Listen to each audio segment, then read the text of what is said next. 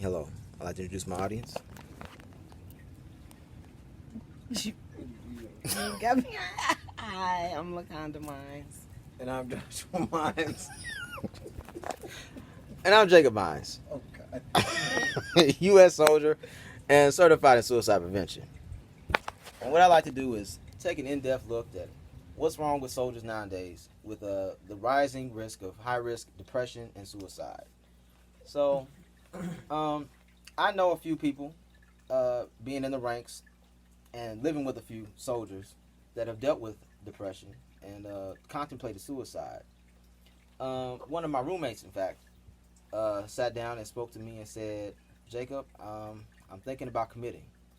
And I didn't know how to act because I wasn't certified at the time. And I didn't really understand what was going on with his head. You know, I thought he was weak, soft, and I kind of ignored him after that. And he left the room, and I thought that was it, to be honest with you.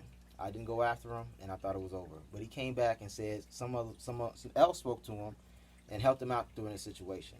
And he was close to jumping off the roof. That's rough.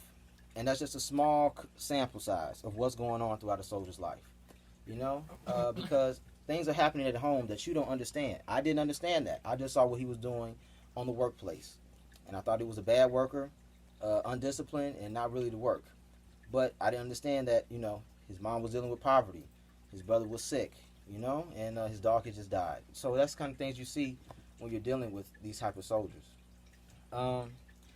And studies have shown that the real risk of suicide, the common factor, is depression. The Department of Psychology at Florida State proves this through the analysis of common data. You know, every common factor of history comes with depression, you know? So, because soldiers are hundreds of miles away from their problems, like those family members, and they can't tackle them, they can't handle it. So all they're doing is hearing all this stuff, and it's stressing them out because they're connected with their families, and they can't do anything because they're all the way miles away, cross from seas and waters, and they're dealing with, you know, sometimes deployments where there's bullets flying and high stress situations where, you know, if you're not on your stuff, you can end up dying, and or you can cost your buddy's life, you know. So you never know. So you have to be on point all the time, and that affects your mind as well. Now, how does death affect soldiers around them and their family members? Because once they have made that commitment to commit suicide, that can affect others. I know somebody who friend committed suicide, and it ripped him apart because he was a close friend of his, almost like brothers. You know, they drank together, they hanged out together, they ate together, they partied together. And to lose a brother that you've had for 3 years together, you know, deployments, you stuck through thick and thin, you slept in bunkers together, and to lose that guy, you know, it tears you apart. Especially the ones from back home, the mom, the brother, the sister, that you know, they loved their child, grew up with him, raised him, and all of a sudden he's gone because, you know, some people didn't take the right steps to seek help and handle the situation. And that's the type of things we need help with. It's actually become such an issue that in 2015, U.S. Congress published a hearing that they conducted at the time specifically for the suicide issues within our ranks. Now, what has happened since then? Well, they've created avenues such as hotlines and mental health patient assistance at every step and corner for military soldiers, so we can address the issue instantly and create that impact. Now, how effective are these methods? Not so much, because the numbers are rising exponentially. They're actually at an all-time high according to studies. So, what can we do to make sure that these avenues get out and make it better for these soldiers?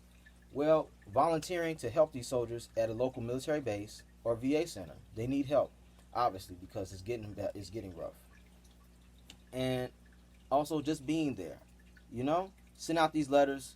I know some guy who he's always down, and friends and family, people just do these random things where they write letters and they send candy and snacks to soldiers.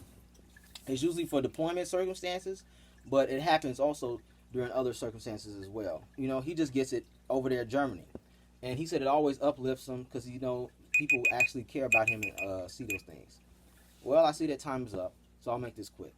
If you have any questions, feel free to ask me. But I'm also here to take donations and lead you to a local VA center or a military base if need be. Thank you so much, Jacob Mines. I have a question. Oh, you have a question? What is that? What happened to your friend? What friend? Which one? The one that almost committed suicide? Yes. Well, he got help. I actually, after I got certified, I sat down with him. I spoke with him, and that's when I found out about the family members and how he was having trouble. And we spoke together. I started hanging out with him, to watch over him and guide him through these issues. And he eventually found his way, So thank you. Any other questions? No, it was very informative. All right, thank you. I'm here to take your money, so thank you so much. Bye.